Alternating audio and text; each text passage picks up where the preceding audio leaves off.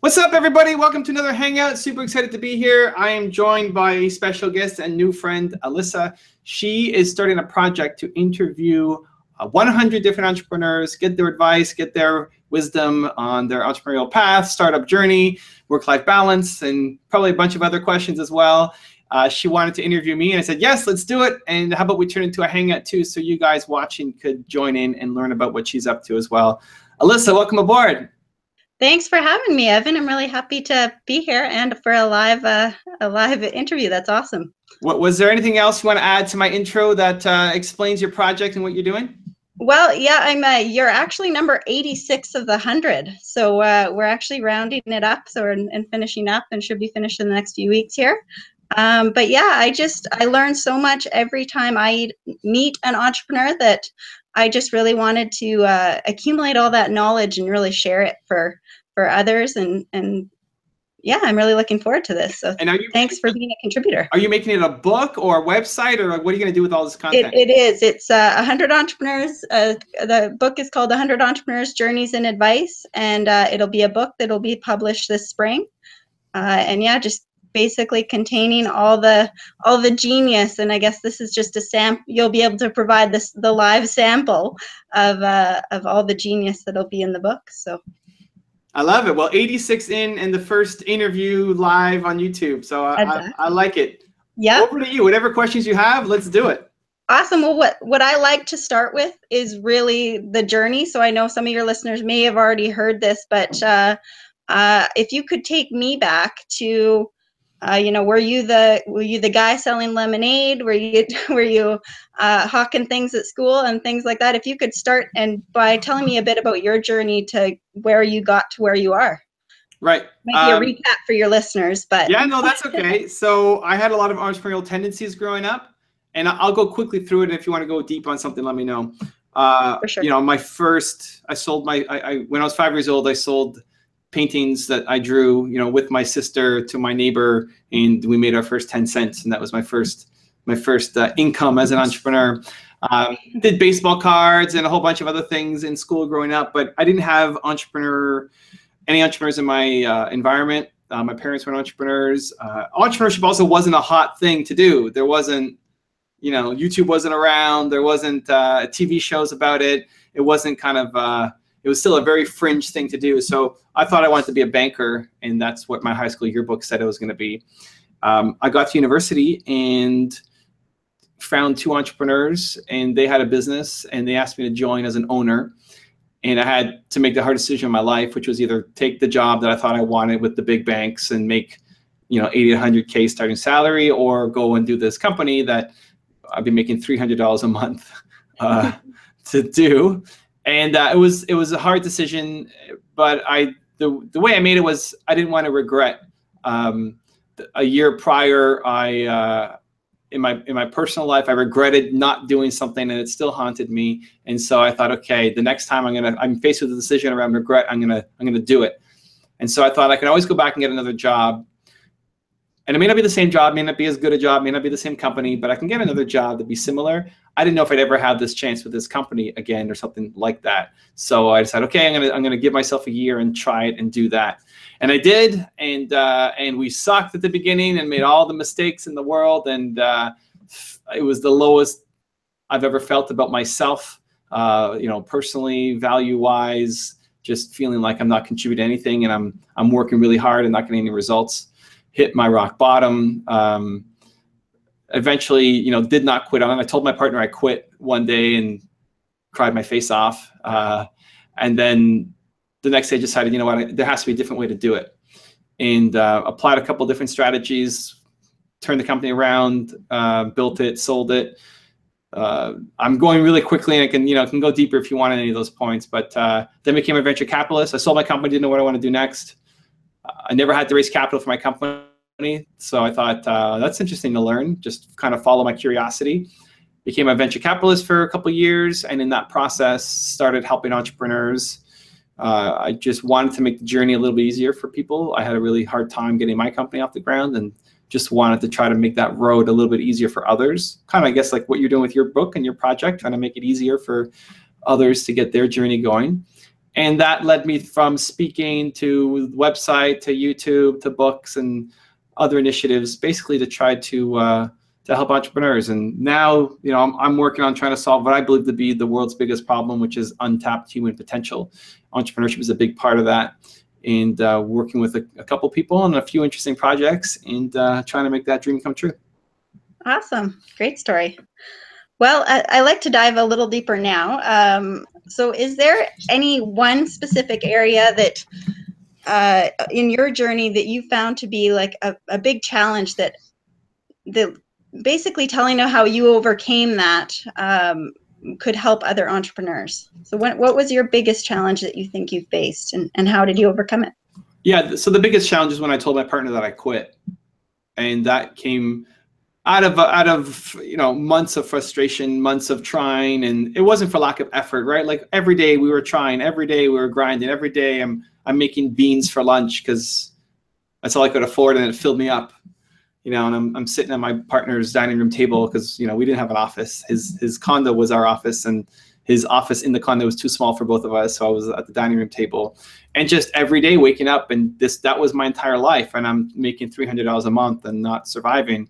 Meanwhile, my friends are off all doing these great jobs that I thought I wanted, and it just came to a head one day at a family function, and I was at my mom's house at Thanksgiving or something, and my partner, we were disagreeing over something. When things are going well, it's easy to get along. When it's not going well, like you're grasping at straws, trying to figure out how do we save this thing. And I just told him that I quit. I just said, you know what, I need to feel like I'm making something valuable. Like I'm the work I'm doing means something to somebody. I'm tired of just putting in all this effort and it not working out. And I told him I quit, hung up the phone, and again, just cried my face off, stuff kind of on my nose. Like I never cried so hard, I think, in my life. One, because I put in so much work to just walk away. And two, I don't like the idea of quitting in general. If I'm passionate about something, I don't want to quit on it. If I don't like something, it's easy to drop it. But like, I really want to see this through. My mom came up and put her hand on my shoulder and said something. I don't remember what. It didn't really help. Barely slept that night. And then the thing that kind of got me through, so I was like, that was hitting my bottom. I turned down these jobs. It wasn't working. I turned down this, I wasn't having success with my company, and I just felt worthless. I woke up the next day and just the light bulb moment came where I said, you know what, I'm not the first guy to try to sell software before. We were selling biotech software. I wasn't a scientist. I was not a techie, so it was hard for me to kind of sell that. And I'm not the first guy to try to sell software before. Somebody's figured this out. Like, what if I just model that success? And I looked at Bill Gates and how he started Microsoft, how he made his first million, like 0 to 1. That was the story I was interested in, not so much what he does now. Mm-hmm. And I modeled that strategy to my business. And within a couple of weeks, I had my first check for $13,500. And that to me felt like, oh man, I'm rich. Like 13.5K. That was insane. And just, one, it was actually a little bit of money, so we could do something with it. But two, it gave me confidence that like we had something here, that it was going. And so ever since then, that moment led me to, for the rest of my life, whenever I don't know what to do, I try to model success. There's the people behind me are on there for a reason. The videos that I make for a reason. Reading books like the one you're going to make, you try to model success, right? Find people who've done what you want to do. And it doesn't mean like you want to be the next whoever. You're just going to learn from their story to help you be the best you. And anytime that I find a challenge, that's my default reaction now, because it's basically the only strategy to save my first company. Wow, that's awesome. Thank you so much for sharing that. We'll keep going with that. Modeling success, is a great one in itself. But my next question is really, what is the best advice that you've ever received, and how did you apply it to your biotech business or to what you're doing now? The best advice I ever received was from my parents, who told me basically the message of believe, which is at the core of what I stand for. But they would tell me that I'm Evan Castrilli Carmichael. I could do anything that I want. And whenever I didn't do well, I didn't do as well in school as my sisters did. And whenever I underperformed at something, or whenever I wanted something and tried and I didn't get it, they would always kind of sit me down and remind me, I'm Evan Carmichael, or Evan Castrilli Carmichael. Castrilli is my mom's last name, my middle name. I could do anything that I want. And they're behind me on my wall in my office. It's a picture of me when I'm 8 years old and my parents. And that's a constant reminder. So, I've got Steve Jobs and other people on my wall, but my parents are in the middle because they were the ones who taught me that lesson. It's not so much a lesson of entrepreneurship or how to market or how to sell something, just more kind of fundamental human lesson to believe in yourself and what you're doing. And but really, it's also what you got you through that challenge. I mean, really, that's believing in yourself to implement what others have done and model success, and it's kind of can all come together because you have to believe that you'll be able to do that as they did. So that's great. So the next part I call the fire round. Okay. Provide your best advice or comment on the following topics. And the first one is just getting started. So how did you make that mental shift to turn down the big job? And I know you said it's regret, but I guess it can go both ways. You could also regret not taking the job or regret starting the business, things like that. And you said that you could always get another job. So maybe there wasn't something there that, held your attention. But what advice would you give to an entrepreneur who's just in that moment? And how do you get over the mind shift? Yeah, so regret is the answer. And for me, I wouldn't have regretted taking the job. Like if I had that job, like I felt like I could get another job. And so I wouldn't, if it didn't work out, I had to go back and get another job. I felt like that was more achievable. Mm-hmm. But I would say if you are worried about it, then go get the job, right? Like which one are you going to regret more? Mm-hmm. And I think what really helps me, that was, if you look at the modeling success as being like the second most important lesson I learned. Like the first one was this, the not having regret, not being, however long we're going to live. I'm 210 looking back on my life and like regretting this moment. Because whatever it is that you want to do, there's going to be a healthy dose of fear that goes alongside of it. If you're not afraid of it, then it's not going to be a big enough thing. I'm sure when you started your 100-book project, there were moments where you're like, this is scary. I have to reach out to 100 people. Who am I going to do it? Right. And the bigger the idea that you have, the scarier it's going to be. And that fear paralyzes people and just keeps them doing what they're doing, whatever job or life they have. So what I try to do is acknowledge that fear and then make the future fear of regret so painful that it's more painful than the current pain of the fear of taking the action. So it's like if your finger hurts, it's like punch your arm harder and your arm will hurt and you forget about your finger hurting. So I make the pain is real. I don't know. I don't think, oh, this is not scary at all. This is easy. I try to acknowledge a fear. I just make the future pain so big that it's bigger than the fear of actually going out and doing it. So, if I was looking at doing this 100 entrepreneur project as an example, immediately the questions that come to mind, like, oh, who am I to make this book? Who's going to talk to me? Like, I haven't done this before. I'm not a writer. This is what I would ask myself, not necessarily what's in your head. But no, I mean, I'm a CPA, not a writer. So right, like, I'm a CPA. Like, I didn't go to school for this. I didn't learn how to do this. Maybe English was my worst subject. Like, you come up with these reasons why it's not going to work. Mm-hmm. And then what I would try to do is think about, okay, like if I'm 90 and I'm looking back on my life, like, am I going to regret this forever? What's the message I'm giving my kids and my grandkids? And what's the legacy I'm leaving? Am I going to be proud of the fact that I did not take this action and go through with it? And I just make that so painful that I have like decades of pain ahead of me that then the idea of just writing to people and saying, hey, do you want to be in my book isn't as scary anymore because it's a bigger fear and a bigger pain. And so that's my strategy, at least. That's how it's. Maybe I just make the alternative even worse. That's awesome. Exactly. I make the future pain alternative so much worse that I have to go out and do action.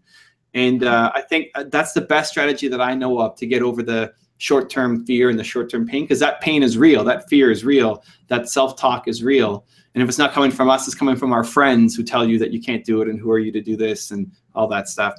And so most people end up. I think everybody has the ideas to do things. Most people just don't take any action on it because they're too afraid. For sure. Awesome. Well, my next topic is building a team. Yep. So any advice you have on building a team? So I think it just depends on your ambition. I think it depends on how big you want to go. I think you can go a lot faster if you're solo, but you can go a lot further if you have people with you.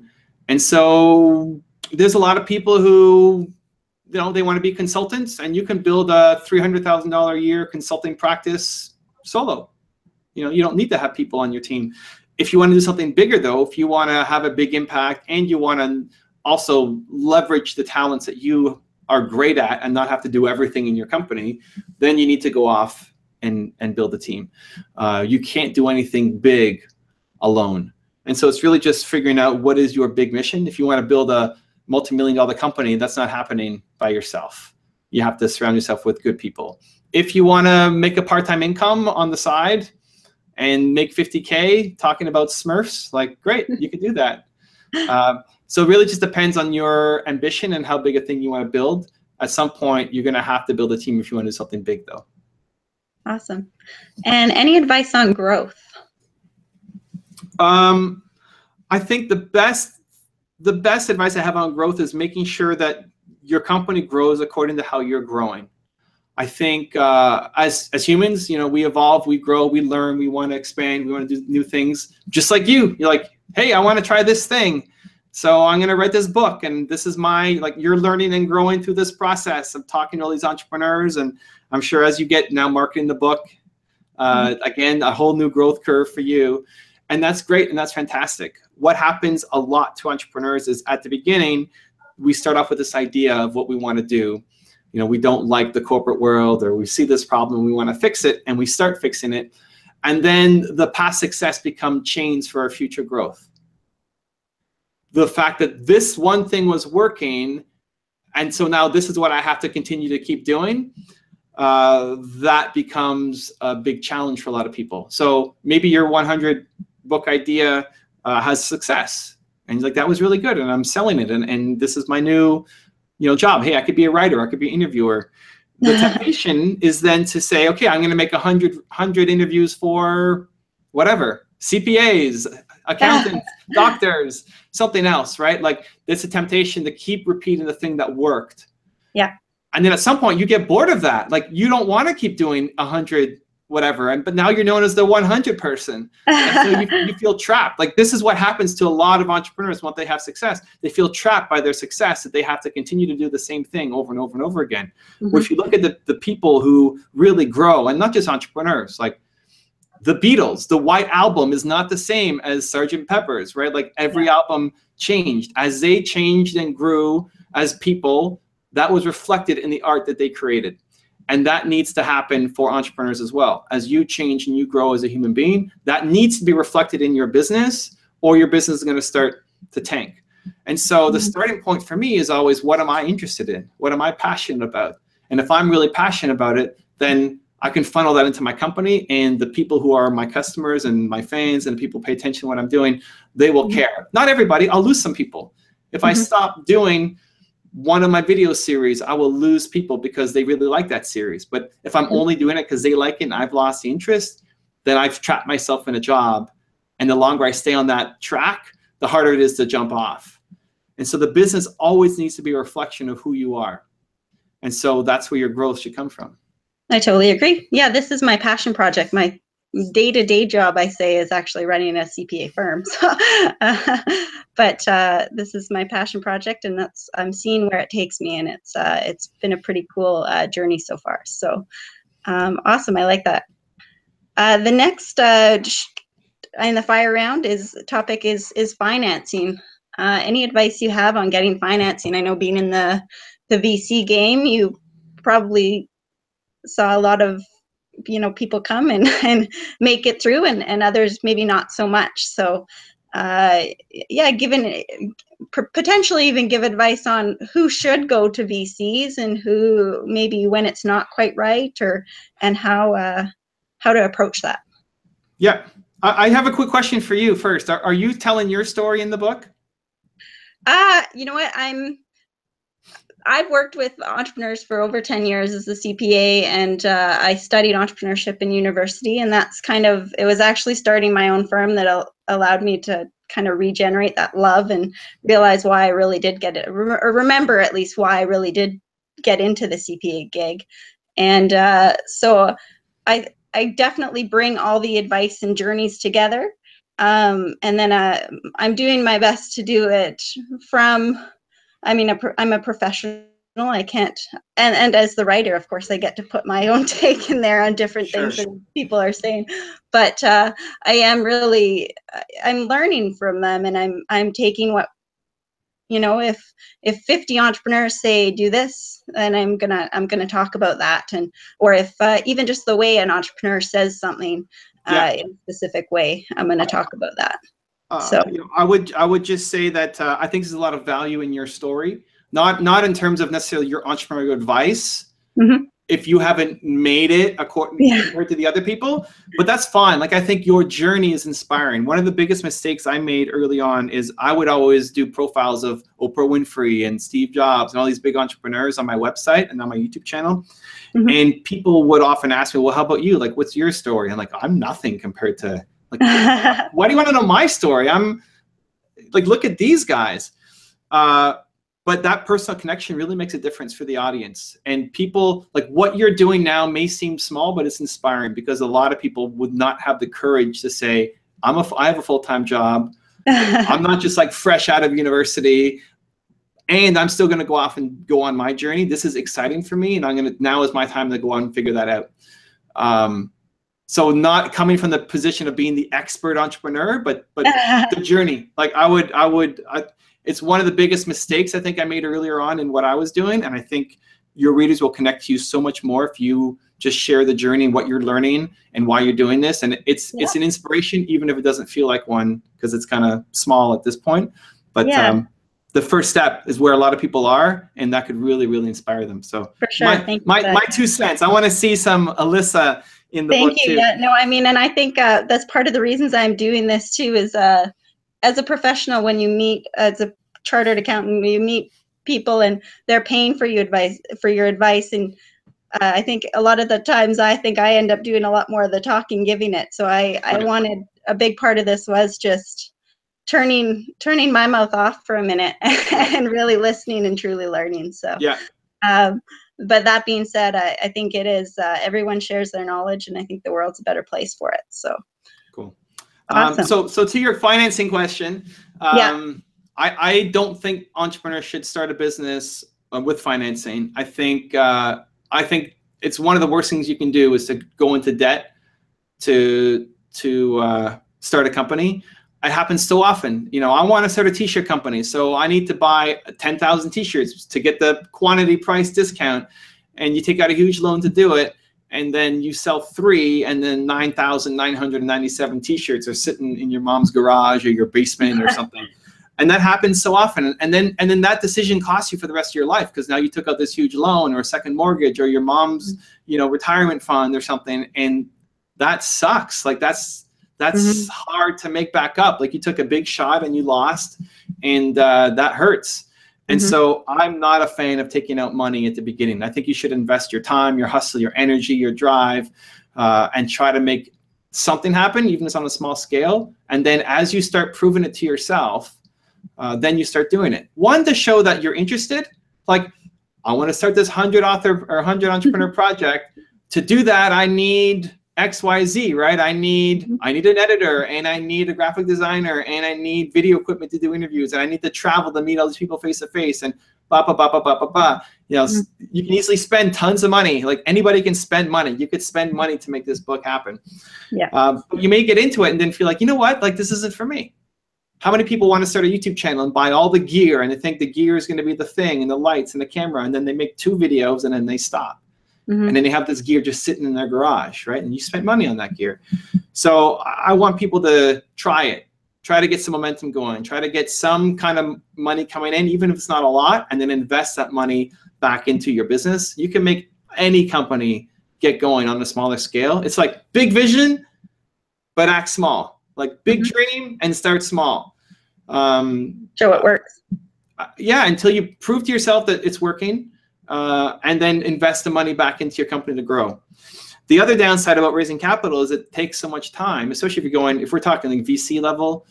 it takes so much time that you're not running your business. All that time you spend talking to investors and making the business plan and doing the dog and pony show is time that you are not spending actually executing on your growth. And at the beginning of a company, for an investor to have it pay off for them, they're going to have to take so much of your company because it's so risky that it's not worth it for you. That it's better to build up a little bit of momentum, and then what you want to raise money for is the expansion, is the marketing, the growth. Like, hey, we proved that we can make it work with this small market. Now we want to go national or international. We need money to do that. That's a lot easier money to raise, and it won't cost you as much. Awesome.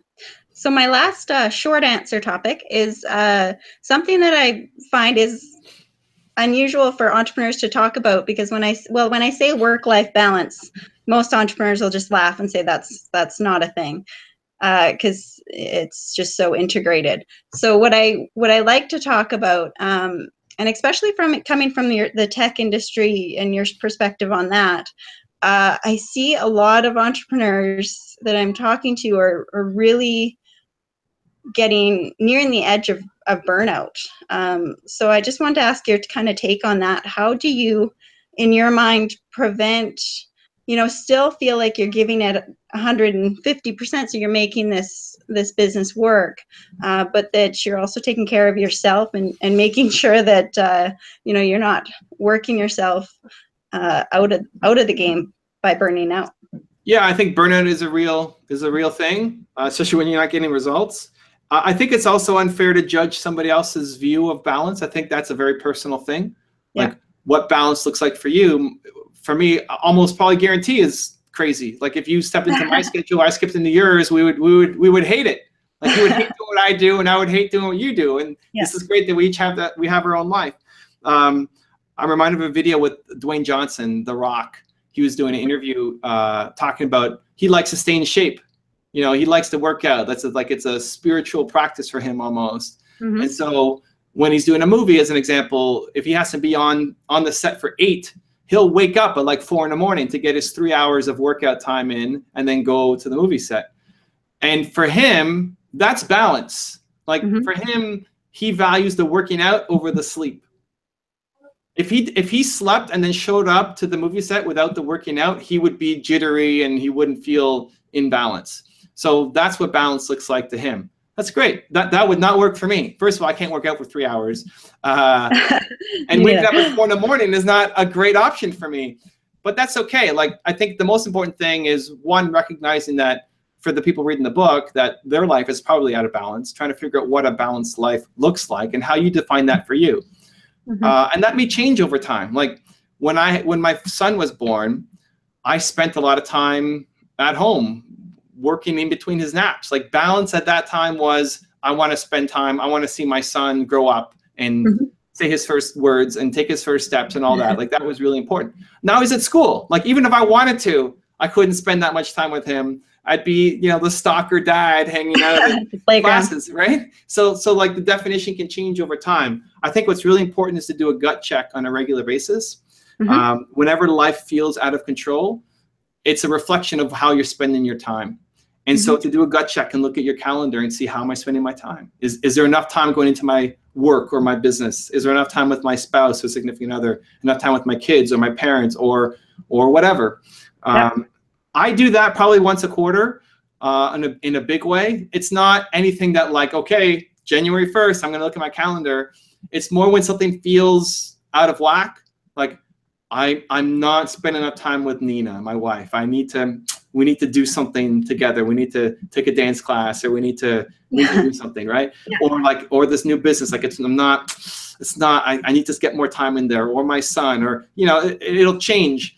And that's the challenge. Like you think you set up a system and like, this is it, I figured it out. And then life changes, right? Your business has to evolve as you evolve, and your schedule has to evolve as you evolve. And so I think for the readers, like doing a gut check to think, is my life in balance?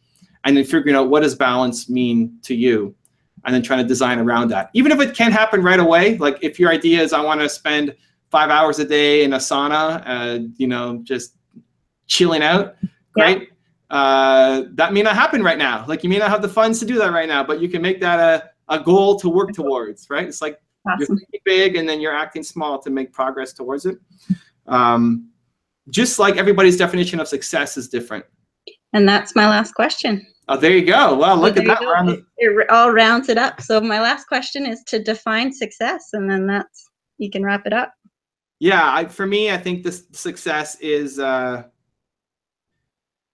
being present in every moment.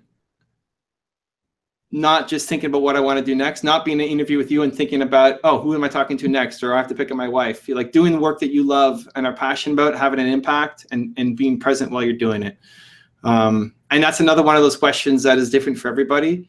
And I think when you're studying what success looks like to somebody else, or habits or looks like to somebody else, or morning routines, or any of this stuff, balance, it's great as a marker of like, here's another option, but it doesn't mean that that's the path that you have to follow.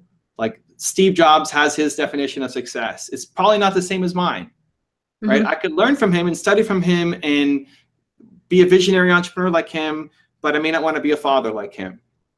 And fatherhood is part of my definition of success. And so I might want to model that from somebody else. And so I think it's great to be able to look through 100 different examples of what success means to people, and not be bound by that, but be inspired by that, and use that as a guide to think about your own definition. A lot of these questions and the journeys that you're showing, a lot of them are introspective. Like the people reading them have to do some introspective work. What does balance look like to them? You know, it doesn't matter what balance looks like to me. I can just give you my perspective, and maybe that inspires you to do something, or your readers to do something in their life, right? And that's why it's great to have the 100, and I can kind of combine them and compare, and it's been a great journey for me. So I hope that the readers will find that as well. Yeah. Oh, one tip that may help. So I'm launching a new book, Top 10 Rules for Success, taking the tips from the videos. I did a test audience with my book. So I printed off 30 copies and gave them to 30 people that I knew. Some were entrepreneurs, some were not entrepreneurs. And that's a great exercise. Like just for when you finish the book, give it to a test audience, because it's not, are you doing self-publish or are you doing publisher? I'm in the works of deciding that right now. I was planning to self-publish, but I have communicated with some publishers, so it's got it. So like it's not part of the publisher process. They don't do test audiences. Okay. So I would still print off 30 copies and give them to friends and whatever to get feedback, typos and stuff too, but more for like, did you like that? Not. And what I would do is whatever they underlined and highlighted or left notes to, I know was good, and pages that were blank, like, okay, nobody resonated with that one, time to tweak it up, or like remove it. Like this is 40 people, it was 50. I cut 10. So I gave them a physical copy, asked them to highlight it, and then I took everything back and then made a master copy of all the notes that people wrote. But one of the best pieces of feedback that might be helpful for you is this is about other people's top 10 rules of success. A lot of people ask for a spot in the book for them to write their own top 10 rules at the end. So after you've gone through it, you've learned all these rules. What are your rules now to live? So if you're asking everybody their definition of success and their, what was the other one? Habits? No. Balance. Best advice. Right. Balance. Like, they could put it in their own thing. Like, okay, what is balance? I've just read through 100 people who've given me perspective. Now, what is my definition of balance? What is my definition of success? Because you want them to, like every author, like we want people to read our books and be impacted and do something. Not just read the book and it just sits on their shelf. Like it has an impact on their life somehow. So that introspective work came out of the test audience, and now is in this book, but was not in my original. So might be a good tip. Yeah, I'll think about that. Thank you for that advice. Yeah, I get advice all the time. I love it. Well, thank you so much, Evan. I really appreciate you being a contributor. It's been great. Happy to help. And it comes out when? Spring? Spring is my set publishing date, and is as your number, 86. I'm 86. I'm on. My new lucky number. My new lucky number. 86. Yeah. Number 1 for live interviews. So there you go. I like that too. Cool. Well, thank you for the love, and I'm excited to see what happens with this book. Anything that's in the entrepreneur community, I'm a fan. Cool. Awesome. Thanks, Alissa. Thank you. Okay. Bye. Bye.